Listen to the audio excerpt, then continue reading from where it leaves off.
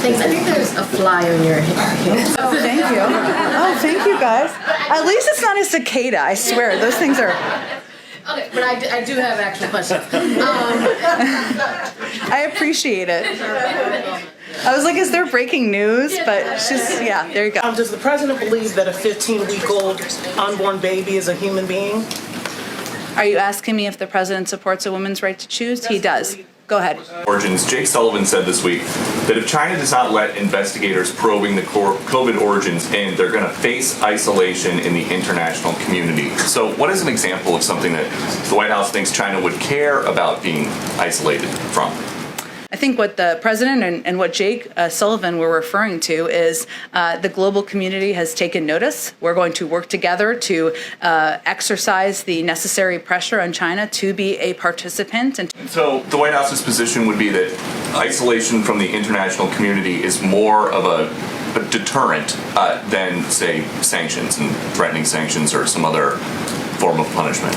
I think the point that Jake was making is that China wants to be seen as a power in the world, as a central actor in the world, and they are not looking to have the global community align against them. And then on infrastructure, Bernie Sanders is pitching a reconciliation package that's up to $6 billion that includes some of the president's other priorities. Trillion. $6 trillion. It's a lot more money that way.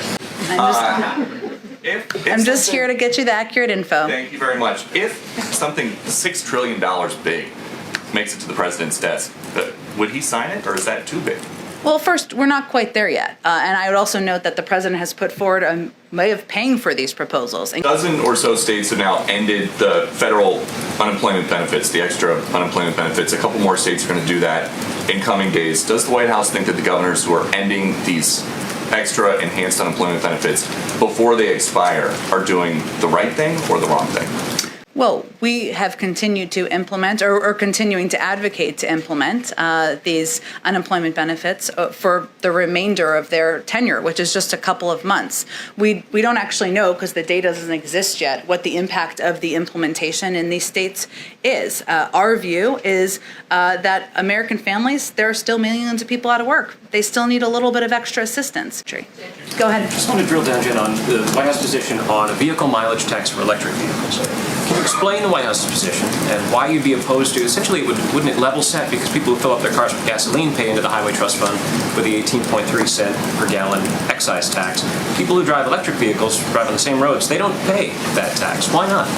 Well, first I would say the president wants to grow the electric vehicle industry, wants more people to buy electric vehicles. Long-term structural impact, then, on the Highway Trust Fund if, as you hope, more Americans drive electric vehicles, fewer people fill up their cars with gasoline. How do you sustain that if fewer people are paying that excise tax over time? I suspect Secretary Pete has thought about this. I'm happy to talk to him about it over the long term. The president's been criticized for giving Putin a list of 16 critical infrastructure targets that's considered off limits to cyber attacks. How did that idea come about? And why not tell Putin that everything inside of the United States is off limits?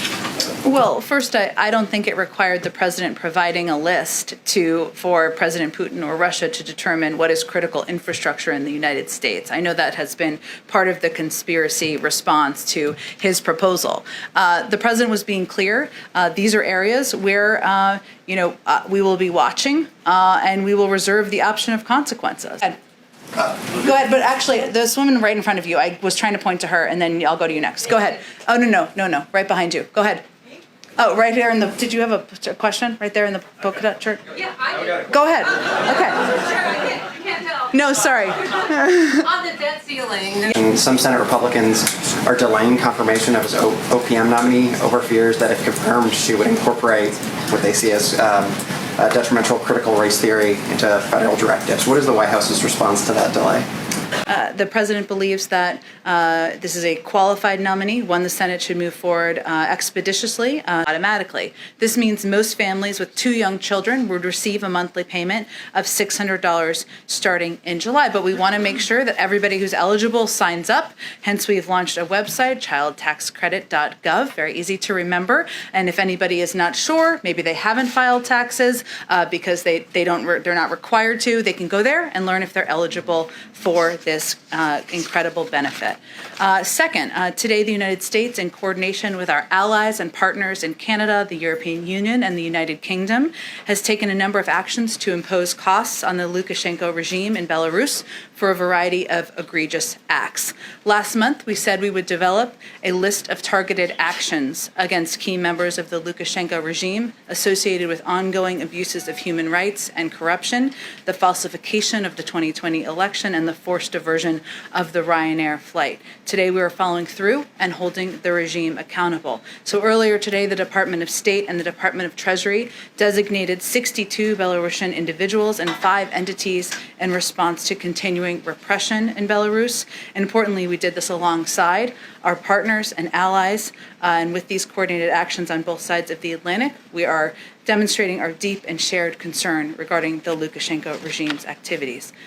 Finally, today, the Biden-Harris administration announced the distribution list for the remaining 55 million of the 80 million doses of America's own vaccine supply President Biden has pledged to send out globally and allocate by the end of June in service of ending the pandemic. Already, we have sent millions of doses to the world, including 2.5 million doses that arrived in Taiwan this weekend. And in addition to sharing doses from our own vaccine supply, the Biden-Harris administration is committed to working with U.S. manufacturers to produce more vaccine doses to share with the world. And we've purchased, as we announced last week, the week before that, 500 million Pfizer doses to donate to 92 low and middle income countries and members of the African Union. In total, the G7 agreed to provide an additional more than 1 billion doses starting in the summer of 2020. With that, Alex, why don't you kick us off? I have a few. The first is on that vaccine allocation. The president promised to distribute those 80 million by the end of the month, but he's obviously falling short of that goal.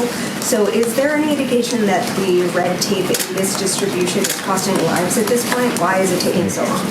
Well, first, let me say we're committed to allocating those doses. We've done exactly that. What we found to be the biggest challenge is not actually the supply. We have plenty of doses to share with the world, but this is a Herculean logistical challenge, and we've seen that as we've begun to implement. So, as we work with countries, we need to ensure that there's safety and regulatory information is shared.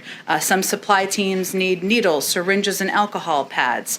Transportation teams need to ensure that there are proper temperature storage, prevent breakage, and ensure the vaccine immediately clears customs. So this has not, as you all know, been done before. Sometimes it's even language barriers that occur as we're working to get these doses out to countries. So we have announced today where these doses are going. We will continue to announce as they land on the ground and as they are being shipped, and we're looking forward to doing that as quickly as possible. And on infrastructure, the latest compromise, you said earlier today the president needs to see more details.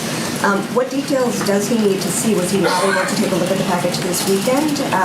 And one of the issues you've obviously raised are pay-fors. So gas tax aside, that being a non-starter, what pay-fors would the White House be open to? Specifically, some have raised potentially using leftover CARES funds or funds from the December COVID package. Would those be feasible? And do you want to see the package ultimately fully paid for? Well, first let me say that, the president's pledge was not to raise taxes on Americans making less than $400,000 a year. And the proposed gas tax or vehicle mileage tax would do exactly that. So that is a non-starter for him.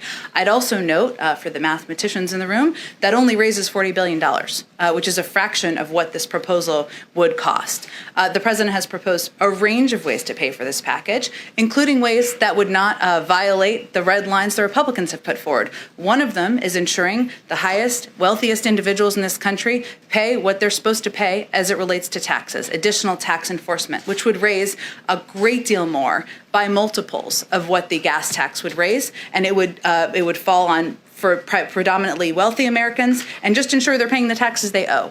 So that is an area where we feel there should be an opportunity to move forward. And as it relates to details, of course, there needs to be ongoing discussion. There will be over the coming days. Rapidly, I expect to have conversations this afternoon, tomorrow. We'll read those out as those happen, provide information to all of you, and we're eager to get those continued. Is the White House open to using those leftover funds to fund the ultimate bill? Well, one, there's minimal, very small amounts that would be left over, and many of those small amounts have already been allocated, or they are to help small businesses, help keep cops and firefighters on the beat. And so we feel the best proposal that does not violate the red lines that the Republicans have put forward would be tax enforcement and some other proposals the president's already put on the table. Lastly, on voting rights, obviously, there's going to be a show vote on S1 tomorrow that's going to fail. So I wanted to come back to President Biden pledging to do whatever he could. He said he'd use every sort of tool at his disposal to get the bill passed. What has he done to get that bill passed, considering this vote is going to fail? And since he has pledged that, is it time for him to start calling again for filibuster reform more loudly as a tool at his disposal he has not yet really pushed for? Well, first, let me just give you a sense of how we see this and how the president sees it. It's a step forward. We don't expect there to be a magical 10 votes. I'm not suggesting that. But just 2 weeks ago, there were questions about whether Democrats would be aligned. We certainly hope that will be the case tomorrow. It's important to remember that this has been a 60-year battle to make voting more accessible, more available to Americans across the country. And our effort, the president's effort to continue that fight, doesn't stop tomorrow at all. This will be a fight of his presidency. In terms of the steps he's taken, he's had conversations, obviously, with members about supporting this legislation, including Senator Manchin, as you all know, over the last couple of weeks.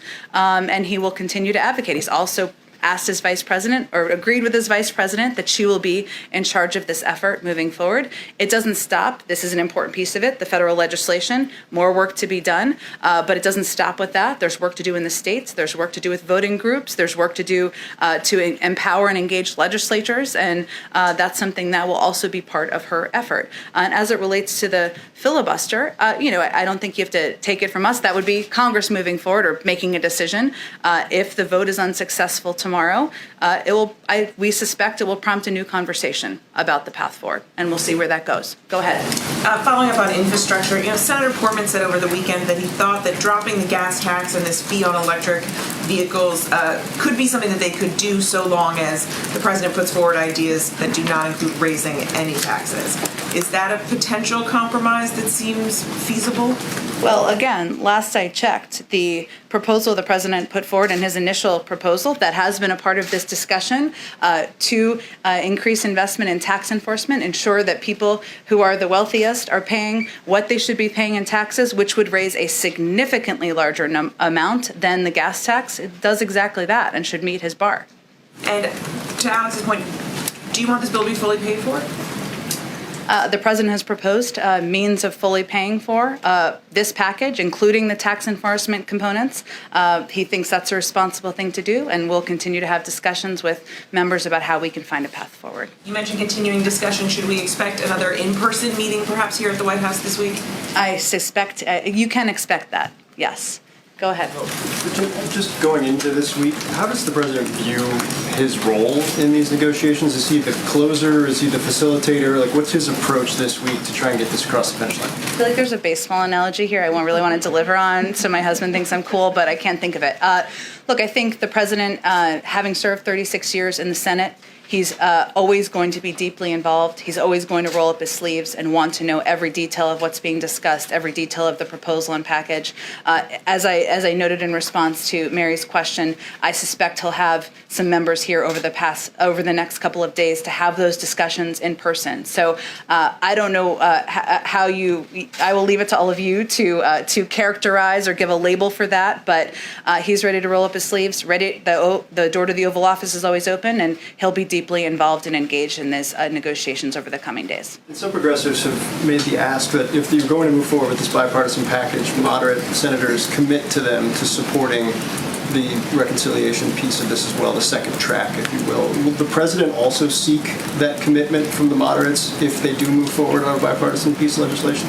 Well, I would say that the president sees this as a process that is has multiple paths forward, and the reconciliation process, which is already underway, being led through the budget committees in Congress, is an important component of that. And a number of his priorities and his proposals that he's put forward are not a part of this negotiation or not a part of this discussion that's happening in a bipartisan manner. So he certainly would like to see that move forward, and he will make that case to others as well. And just one last quick one. Does he support the Manchin language on the voting rights issue? Well, again, I think this is a compromise, and as that happens, as compromises happen, it means there's a lot that you like about it, and it may not be everything you love, but he certainly sees this as a step forward. And as Stacey Abrams said over the weekend, incremental steps forward in making voting rights more accessible, making voting more available is a good thing. And he certainly is appreciative of the efforts by Senator Manchin and others to continue to make progress on voting rights, which he feels is a huge priority. Go ahead. Some quick follow-ups on things that have already been discussed. Sure. First, on infrastructure, the meeting that would be taking place at the White House this week, do we have a day or people who would be attending on that yet? It's an excellent question. We will provide more details to you as soon as we have them, but I suspect it could be more than one engagement. Okay. And then on voting rights, there's been a lot of concerns expressed about whether it's the Manchin proposal, the two bills that have been already floating in Congress, that they actually don't address the key issues that are being faced right now, which is local election officials being removed, being taken, their power being taken away from them. Is the White House going to say anything about what more needs to be done to deal with those specific issues that are happening right now? Yeah, I think that's an important point to raise. Even if the voting rights bill was sailing across the finish line with support of every member of Congress, there would still be more to be done. And that's why the vice president is going to be leading this effort. You're right that some of that is protections for officials in states. Some of that is, frankly, pushing back on the more than 40 states where there's legislation moving forward that makes it more difficult for people to exercise a fundamental right, which is the right to vote. So, again, this is not the end of our effort. This is, in some ways, the beginning. And there is going to be more work done by the president, by the vice president, by the administration to expand access to voting rights. And then one more thing, just on the financial regulation meeting that's happening in the Oval Office today. There were a number of issues that I didn't see on kind of your readout of what was going to be discussed at that meeting. It could be anything from the Federal Reserve signaling interest rate hikes to the role that meme stocks are playing in financial stability. Just anything. I mean, are those issues going to be raised, and what more is going to be just focused on? Well, we'll provide a readout of the meeting when the meeting concludes. I would note that it is a routine meeting, and most presidents meet with their financial regulators. There is, of course, a couple of items on the proactive agenda, and when it's concluded, we'll provide a readout, including the state of the country's financial institutions, work that they're all doing to promote financial stability, implementation updates around climate-related financial risk, agency actions on financial inclusion and access to credit. That's the proactive agenda. As you know, in these meetings, different topics come up, but this is, again, in our view, a standard and routine meeting where they'll discuss, the focus will really be on those topics. Are you expecting any decisions to come out of it? I think it's more of an update than it is a decision. Go ahead. Thanks, Jen. Back on infrastructure, aside from the gas tax, now that the president has had a chance to take a look at the bipartisan plan, what does he think of it? Well, I'd first say that the president is encouraged that Democrats and Republicans are continuing to discuss a path forward on rebuilding our roads, our railways, and our bridges. That's a positive sign. And this offer is nearly double what the Republican offer was just a few weeks ago. That's another positive sign in the right direction. He's somebody who cares about the details, wants to have a discussion now that he's back in the United States, and I expect he'll do that over the coming days. Also, stay closely in touch with Democratic leadership about the path forward, but certainly he's encouraged by the fact that the number has increased, the investments have increased, has some questions about the pay-fors, which I've noted, and has a red line about the gas tax and raising taxes on individuals making less than $400,000 a year. Is a $1 trillion plan big enough for him? Well, I don't think we see this as a one step. There is a reconciliation process that's ongoing, and that addresses and includes a number of the president's key priorities, including making pre-K universal for kids across the country, which would increase the likelihood of graduating by more than 50%, making community college more accessible. There's a lot of investments and proposals the president has put forward because he thinks they're important for our economy, for the American workforce, for our competitiveness, and a lot of those will be included in a budget process that's already moving forward. So even if this plan doesn't end up being as big as he would like it to be, he believes there are other ways to get those policies enacted? There are a lot of vehicles to move his bold ideas forward. On Medicare, does the president support Bernie Sanders' proposal to include dental and vision in Medicare? It's a great question. I actually haven't talked to him about this, so I don't want to speak out of turn. Let me do that, and we can get you all an answer on that. Finally, can you describe what safeguards the administration has in place to make sure that the children of top officials don't get preferential treatment in hiring? Sure. Well, let me say first that we have the highest ethical standards of any administration in history. A number of ethics officials have conveyed that, and we're proud of that. We have also staffed up at an unprecedented pace, and this is the most diverse administration in American history. So we certainly expect that everyone will abide by those high ethics standards. That applies in how we operate. It also applies in how hiring is done. Please. Go ahead. With the president back from his trip, with the kind of progress you've talked about that he sees on infrastructure, is he seeing this as an inflection point in terms of urgency? Is his mindset at all different after being rather patient in his approach with outreach? How would you describe where his head is right now concerning how quickly something can get done? Because there are a lot of people who are feeling like it's taking too long and that perhaps he has to have a more active central public role. Well, I'd first say that having lived through a lot of legislative battles himself, he knows that sometimes they take some time. The sausage making takes some time.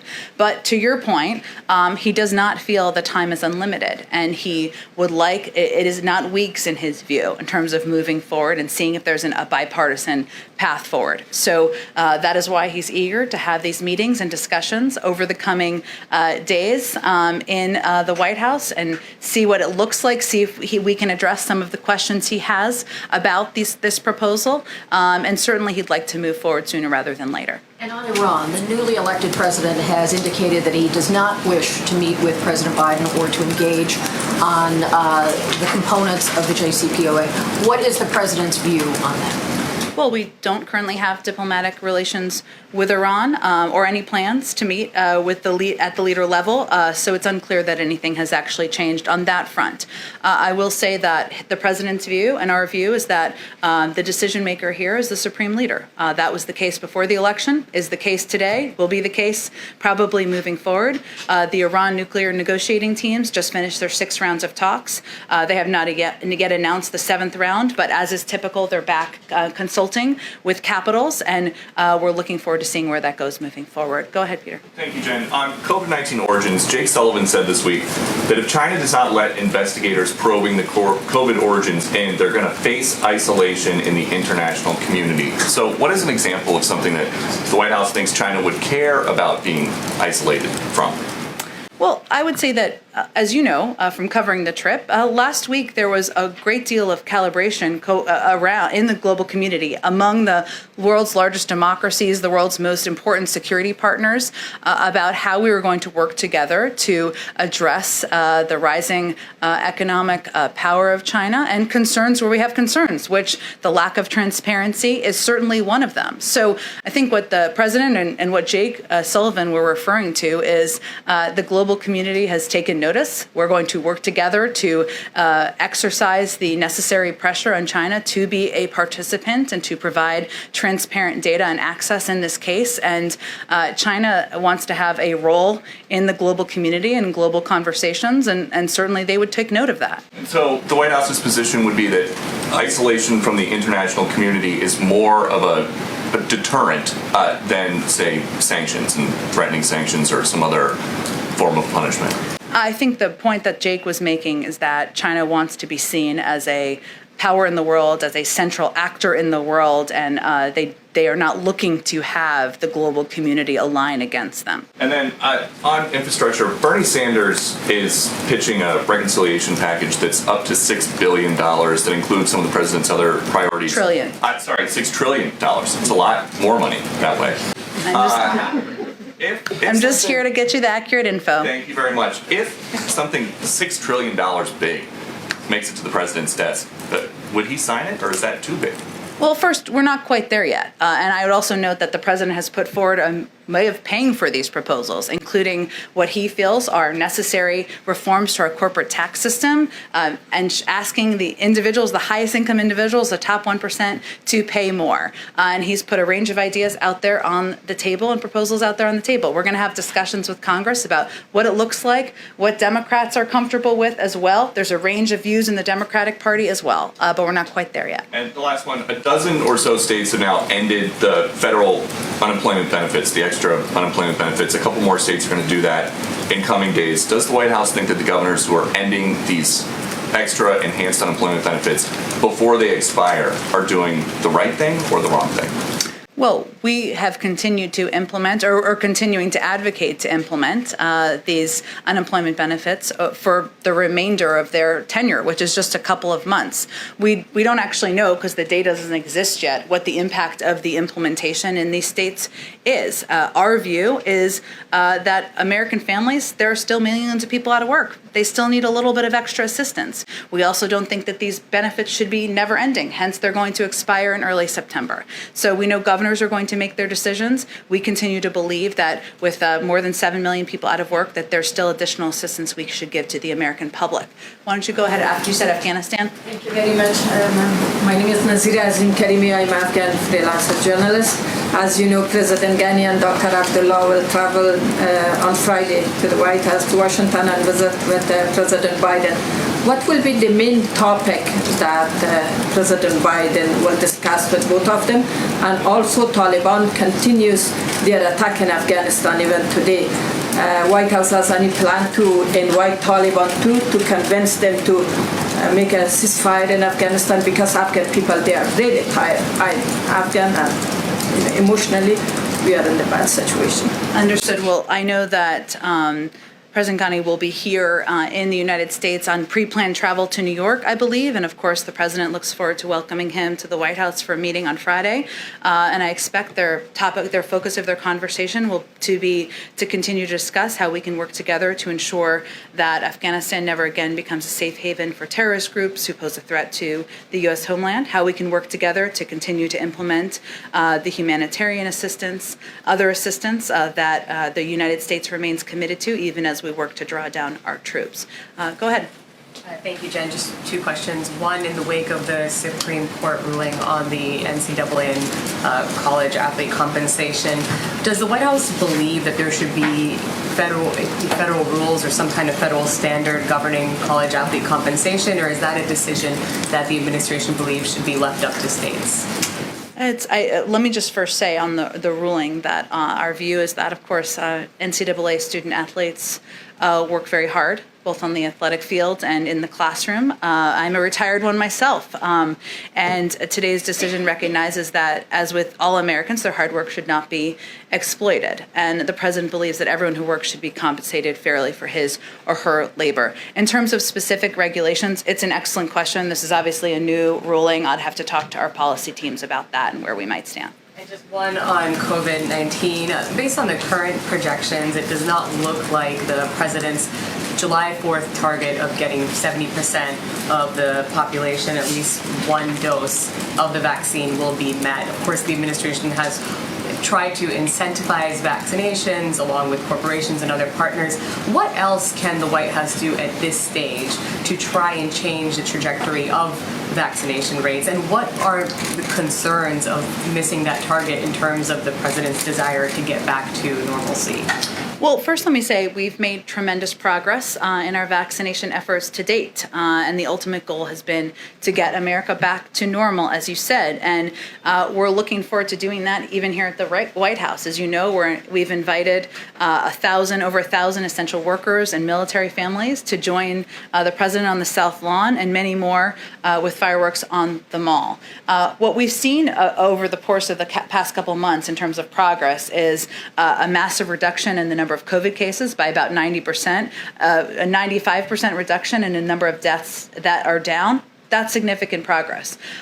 We set this bold, ambitious goal because we wanted to continue to make progress, and we're doing exactly that. We've seen 16 states meet it. What we've seen as we've dug into the data is that there is a big gap between individuals 25 and over and 18 to 25. 18 to under 25.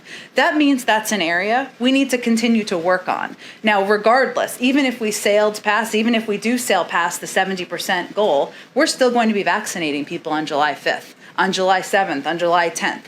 That is still going to continue to be part of our objective. But as we dig into the data, we know that what we're seeing is a lower rate among young people. That's concerning, especially with the Delta variant being on the rise as it is, which does not discriminate by age, which still could cause death, serious illness. I expect in the coming days you'll get an update from our COVID team on where we are on the data on the different categories as they dig into it, so I don't want to get ahead of them, but we're going to continue to run through the tape. We're also going to continue to be focused on where we can raise the rates and raise the numbers where we see there's a lower uptick of vaccination. Go ahead. Thanks. I think there's a fly on your head. Oh, thank you. Oh, thank you, guys. At least it's not a cicada. I swear, those things are. Okay, but I do have actual questions. I appreciate it. I was like, is there breaking news? But she's, yeah, there you go. Okay. Yeah. So, I mean, you're talking about the voting rights vote. There's supposed to be a test vote tomorrow. That is expected to fail. When you look at right now, the prospect for voting rights is not very high to get something through Congress as things stand right now. So what I would like to know is if you can say specifically what the White House plans to do if you cannot get some type of federal action. I know you said that there are a lot of other things. You look at this as the beginning of the process, but ultimately on an issue as fundamental as voting rights, if you cannot get federal action, what is left for the White House to do? Well, I don't think we accept that. The point I'm making is that it's also state action. It's also, frankly, action that's been happening from the Department of Justice, including increased funding and increased implementation across the country, which is something that the President and the Attorney General have both emphasized as a priority, and we've made some specific announcements about. So, look, I think as we look to tomorrow, what's clear and what we're measuring, I think, is the Democratic Party united? We weren't as of a couple of weeks ago. That's a step forward. If and when, and as I will acknowledge, we don't expect there to be a magical 10 or more Republican votes. They've been clear. The Republican Party and Republicans in the Senate. They do not want to make it easier to vote. They do not want to make it more accessible for Americans to vote. Well, where do we go from there? That is a conversation we're going to have with leaders in Congress, with Democrats, with a range of members who also want to see advances on voting rights. And I expect the President will engage with Senator Schumer and others on the path forward. When you talk about a conversation, that means a conversation on the filibuster, I would think, because like you said, there's not the 10 votes in the Senate, and that being the case, what do you expect that conversation to look like? Are you having conversations with Senator Manchin and others about possibly making changes to the filibuster, at least when it comes to voting rights, if anything is going to get done in Congress? Well, first, I would say the president has spoken to his support for a talking filibuster in the past, and at times other members have as well. It requires 50 Democrats to support changes in the filibuster rules. I will allow you all to do your vote counting of where things stand there. I suspect it's not just one or two individuals who are opposed to that. I will note, though, as I said earlier, that if the vote is unsuccessful, we suspect that may change the conversation on the Hill. We will see. But I'm not going to get ahead of where things are. There's going to be a vote tomorrow. Democrats, we suspect and hope, will be united in making voting more accessible for people across the country, making sure we're advocating for it as a fundamental right. This is an opportunity for Republicans to stand up and do the same. Shouldn't be a partisan issue. Go ahead. Oh, thank you, Jen. I have two topics for you. Yeah. The first, I wanted to ask you about crime. I wanted to understand, is there a concern at the White House that there could be an increase in crime this summer with the pandemic lifting? And is that concern the reason that the president is going to weigh in this week? No, the reason is that there's been actually a rise in crime over the last 5 years, but really the last 18 months. And so it's an opportunity for the president to speak to what he's going to do to help address that. And as we've seen around the country, it is a concern of many Americans, Republicans, but also Democrats too, not necessarily through a partisan lens. It was something that President felt it was appropriate to speak to and tell the American people what he's doing to help address. Would he be approaching this a little differently than he did perhaps in '94 when there was another crime wave that Democrats responded to? I mean, can you talk to how his approach might change? Well, I'm not going to get ahead of his comments or remarks later this week, but it is an area where the president feels a great deal of the crime we're seeing as a result of gun violence. You can expect he'll speak to that and his commitment to continuing to address gun violence and gun safety in the country. And certainly a long time has passed since the crime bill in '94. He's spoken himself to differences, things he would stand by, things he might do differently. But I wouldn't see this as a response to that as much as a conveying to the American people what he's going to do now to help address the rising crime we've seen over the last year and a half. And I just wanted to follow up on Phil's question from earlier about the Manchin compromise that had been floated. Just if you could talk specifically about his idea, or if you could speak specifically to the administration's position on allowing or requiring some form of voting ID when people go to the polls. I think the president's looking, I'm not going to go through different individual pieces of the package. It's a compromise. The president, there are components of there, of course, that I think universally among most Democrats in the country, an extension of early voting, making Election Day a law, we would support. This is a step forward, should be seen as an incremental step forward. We'll see what's the next step in Congress. Jen? Go ahead. Jen, thank you. Quick one on immigration and then another topic. There's been reports, Axios is reporting that the White House is eyeing the end of July for potential timeline to lift Title 42 at the border. CDC is also referring to White House on this. Does the White House see that as a realistic timeline for potentially lifting Title 42? Would we be at a place where vaccines are continuing to be distributed and it would be safe enough to lift that policy? Well, I don't have any new policy to announce when it comes to Title 42. There's been no change. We're not, of course, going to get ahead of the CDC decision, the process involved in that, which you just touched on a lot of those components, but we would let them pursue that process. Would the White House prefer to allow the outcome of that policy be dictated by the current litigation that the ACLU is pursuing, or would the administration unilaterally make a decision on that? There's a policy process that's ongoing that's unrelated to the litigation. And in terms of the president's trip later on this week to North Carolina, the White House, the administration said early on that when it came to vaccine hesitancy, a big part of the strategy was relying on local physicians, local governments as well to kind of take that on. There's the vice president took a trip recently, the first lady's taking a trip, now the president taking a trip. Does this mark kind of a shift in strategy when it comes to combating vaccine hesitancy and when it comes to that specific demographic you described, younger people? What really do you do to convince those people to take vaccines at that point? Well, first I would say no.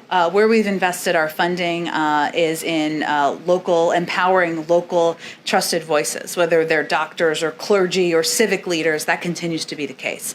At the same time, of course, the president and the vice president of the United States should be out there advocating for the impact, the efficacy of the vaccine and the impact. And as a part of our month of action here, our month-long campaign, it's absolutely appropriate for them to do that, in our view. As it relates to young people, I think we'll use some of the same tactics we've deployed with a range of communities, right? Which is trusted voices, which is ensuring, if a college roommate or a former college classmate got the vaccine and now can go out and feel safe going out to restaurants and concerts, that's pretty effective. Maybe even more so than the President of the United States appearing in their local newspaper. That will continue to be an area we invest. We've also continued to make it as accessible as humanly possible. That's something we can do from the federal government. We've seen that as a barrier in the past. We've made progress. We've seen that as a barrier. We'll continue to do that as it relates to young people. We're also incentivizing. Yeah. Sorry about that. It's okay. Two questions. So, two questions. The first on governors and governors' races. Across the country, you have a number of governors and candidates for governor who are becoming more and more explicitly anti-government in their rhetoric and rejecting the legitimacy of either the president or the federal government in general in areas that are undoubtedly the federal government's province, such as a Texas gubernatorial candidate saying he would close the borders. You have a guy in Idaho running for governor who has actually taken up arms against federal agents. Is the administration concerned that actual violent extremists and people espousing secessionist rhetoric are finding a home in Republican primaries and could actually be elected to office? And then I have that second question.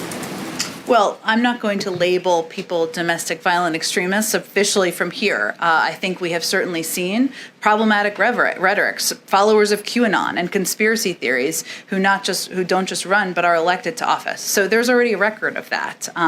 We'll continue to speak out against that, but our strategy at this point is continue to advocate for how government can work for the American people, remind people across the country that this president is going to govern for all Americans, not just one from one wing of a party or the other, and that hopefully the effectiveness of that is something that can help us play a constructive role. And then a related follow-up.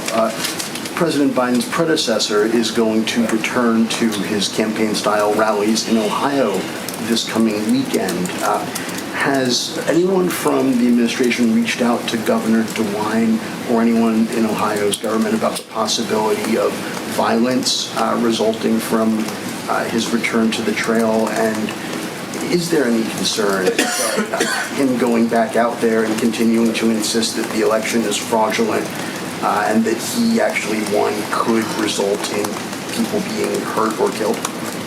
Obviously, we take the rhetoric of the former guy, as we like to say, quite seriously, as everyone should. But I don't have any readouts or calls with Governor DeWine. I will see if there's anything from our Homeland Security team to read out. Go ahead. Thank you. You mentioned that supply, going back to the vaccine announcement, was was not the constraint, it was Correct. logistics. Yeah. On June 4th, Gail Smith said that they expected the balance of the 80 million, this 55 million, to come from the AstraZeneca shots. Those are obviously still under review. Should we infer from your comment that you now expect those 55 million to be from Pfizer, Moderna, or Johnson & Johnson? We've always had a range of options, as we are contingency planners here, and we have plenty of supply to deliver on the 80 million doses. As you noted, or as you alluded to my answer previously, our biggest challenge is logistics, is the fact that there's not a playbook for this, and there are challenges as it relates to getting these doses out to every country. Certainly, obviously, once if the FDA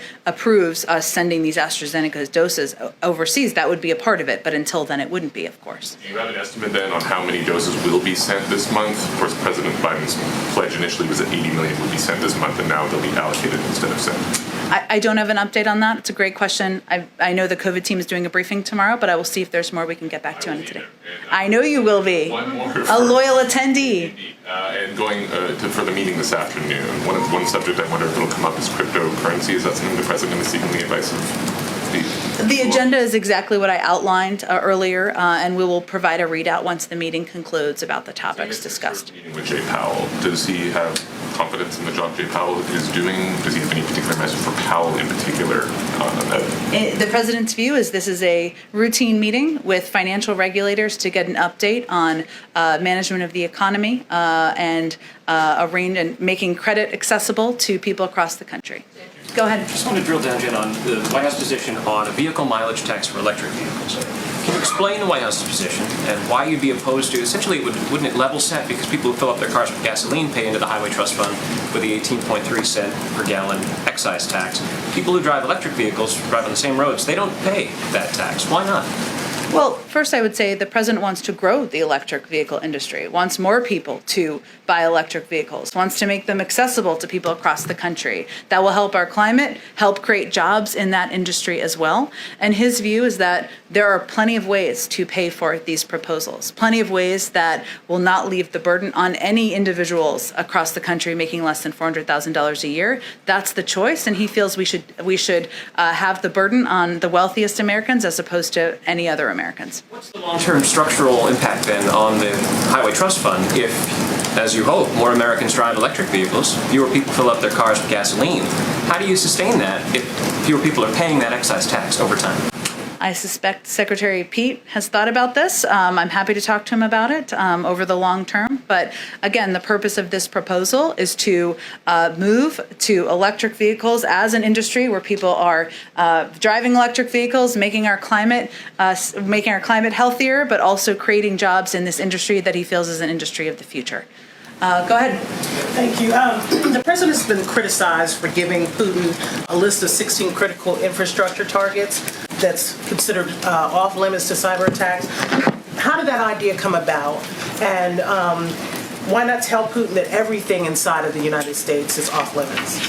Well, first, I don't think it required the president providing a list for President Putin or Russia to determine what is critical infrastructure in the United States. I know that has been part of the conspiracy response to his proposal. The president was being clear. These are areas where we will be watching and we will reserve the option of consequences. That was the message he was sending during that meeting, and it's why he put forward those specific examples. Why didn't he give Putin a list of targets inside of Russia that the United States would target if another cyber attack does take place in the United States? Because we don't preview our punches. Go ahead. One last question. Go ahead. One last question. Oh, go. One last question. Sure. Does the president believe that a 15-week-old unborn baby is a human being? Are you asking me if the president supports a woman's right to choose? He does. Go ahead. Jen, another question actually on the summit last week with Putin. A State Department official after the summit said that the Havana syndrome, these anomalous health incidents among U.S. personnel, had come up. It was referenced. Who referenced it to who? I don't have any more specifics from that meeting to read out for you. Why would the topic come up if there is no confidence in this building or with intelligence agencies as to the perpetrator? I just don't. We have not attributed, as you know. I don't have anything more specifically on this topic from the meeting. White House reaction on the Supreme Court decision to Fulton versus City of Philadelphia. Does the White House have a reaction on that case? I think we have issued a reaction to it. I don't have anything more to it. Go ahead. I think we got to move on. Go ahead go ahead right there. Yep. Go ahead. Right. Go ahead. I wanted to follow up on the Geneva summit. If I okay. Sure. What specific steps the administration is taking now to implement understandings reached by President Biden and President Putin in Geneva? I'm especially interested, as you probably understand, in the potential dialogue on cyber and the strategic stability. Should we expect in-person interagency meetings on that, or are we talking about something online? Any idea about that? Sure. So first, let me say the president did accomplish exactly what he wanted to accomplish in Geneva, which is identifying areas where the United States and Russia could work together in our mutual interests.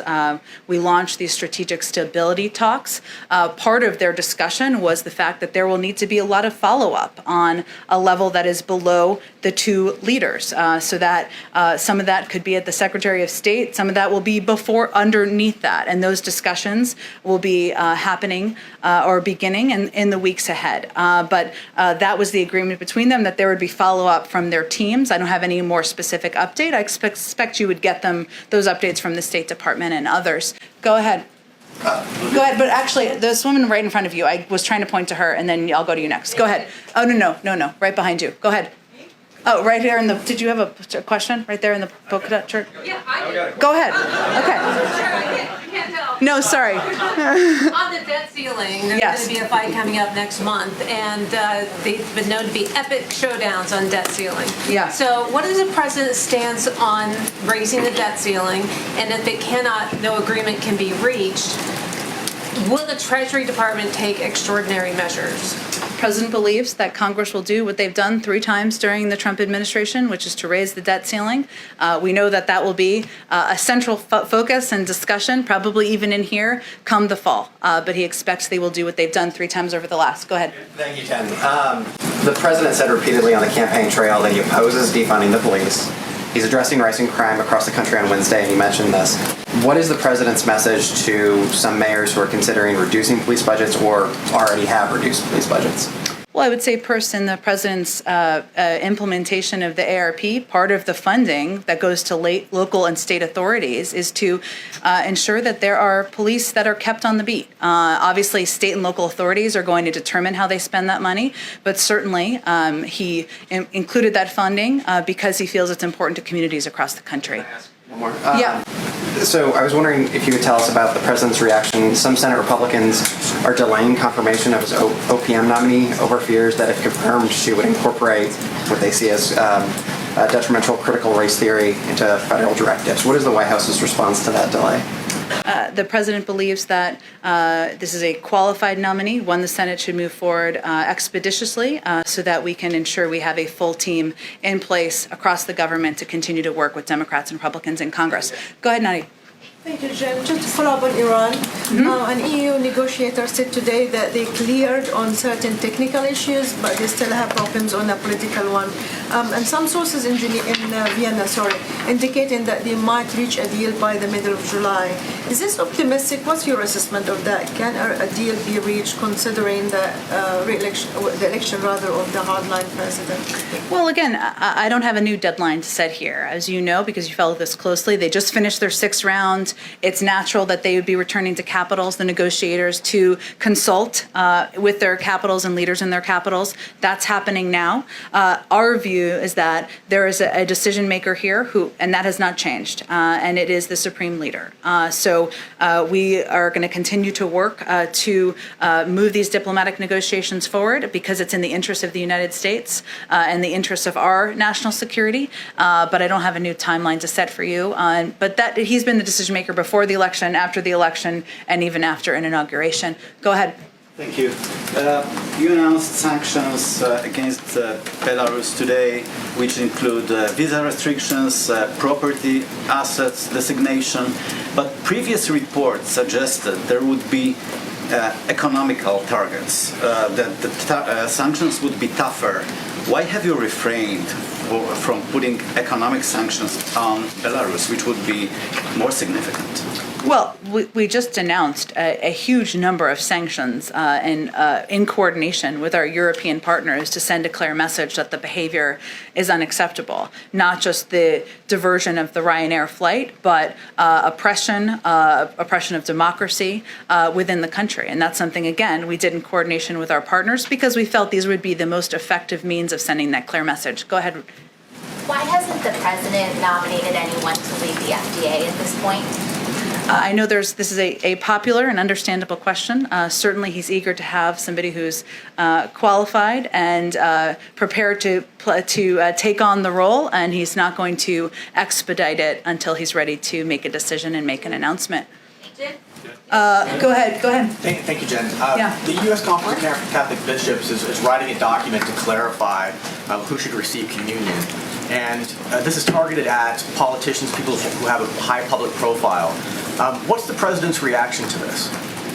Well, Joe Biden is a strong man of faith, and as he noted just a couple of days ago, it's personal.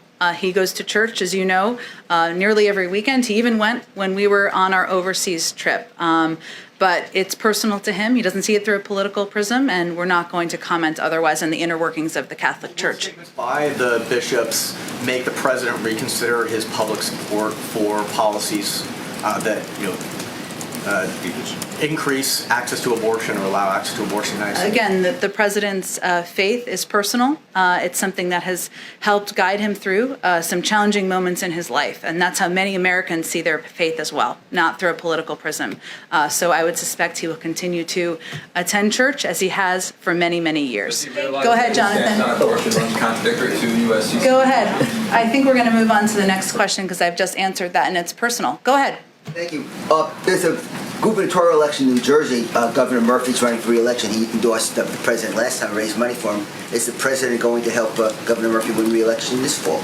Well, certainly he'd be eager to see him win re-election, of course, and continue to be an important partner in the state of New Jersey as we work to continue to address the pandemic, get people back to work.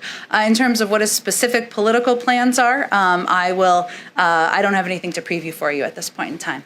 Go ahead. Jen, one more question about Iran. On Ibrahim Raisi, the new president-elect, he has said that he's accusing the U.S. of breaking promises, saying, quote, based on the nuclear deal, you were obligated to lift the sanctions and you did not fulfill your commitment. What does the president have to say about that? And then secondly, he's under U.S. sanctions for the 1988 political prisoner executions. So how do you deal with him? Well, first let me say that the new president will, of course, be held accountable for violations of human rights on his watch going forward. We strongly urge the Iranian government, regardless of who is in power, to release political prisoners, improve respect for human rights and fundamental freedoms for all Iranians. Again, I would note, and let me just say on the sanctions piece, that as we're in these discussions, in the middle of these discussions, after the sixth round, the precise nature and sequence of the sanctions-related steps the United States would need to take to achieve a mutual return to compliance with the JCPOA is a subject of the talks and of the discussions. And we certainly understand, as we've seen in past rounds of these negotiations, that there will be a range of rhetoric to address political needs at home. We understand that. But our focus remains on these negotiations that we look forward to continuing to participate in. Go ahead. Thanks so much. So even if you manage to reach a nuclear deal or deal with the Iranians on nuclear deal reentry, Republicans in Congress could force a vote to block sanctions relief. Four Senate Democrats who are still in office, including Majority Leader Schumer, voted against the original deal when it was negotiated. So are you confident you have the votes in Congress to relieve sanctions and re-enter the nuclear deal? Well, there isn't even a deal yet, right? So I understand why you're asking that question, but it's a little bit ahead of where we are. May we have a deal where we can have that discussion? The important case that we are going to continue to make is that Iran is not a good actor in the world on a range of issues, whether it's human rights or their engagement in the region. That continues to be the case and would be even after if we get to the point where we have a deal. But what is in the interest of the United States? What's in interest of the United States is having that return to visibility, that return to an understanding of what their capabilities are, how close they are to acquiring a nuclear weapon. We're not quite there yet. When we get to a point, if we get to the point when there's a deal, we're happy to have the discussion about the legislative vote count. Go ahead. I thought you didn't take my question. No, go ahead. Thank you so much. President Biden recently announced that the U.S. will provide corona vaccine to North Korea. Do you know how many doses and what kind of vaccine are we going to provide to North Korea? Well, we announced that we would be providing about 1 billion doses to the global community and the 92 countries working through COVAX for 75% of it, who are the lowest and middle income countries in the world. That's what we've announced, but I don't have any more details than that. Go ahead in the back. Oh. Okay, we'll go to this last one since I just called on him, and then we'll wrap it up. Go ahead. Representing an audience that is quite different from this gentleman's, I'd like to repeat his question. The U.S. Supreme Court decision in the city of Philadelphia v. Fulton, you said that the White House issued a reaction to that. I don't believe that is the case. Was the president briefed on that decision? I thought we had. If not, I will get that to you and to this gentleman over here. Thanks, everyone, so much. We'll do this again tomorrow. Okay. Thank you.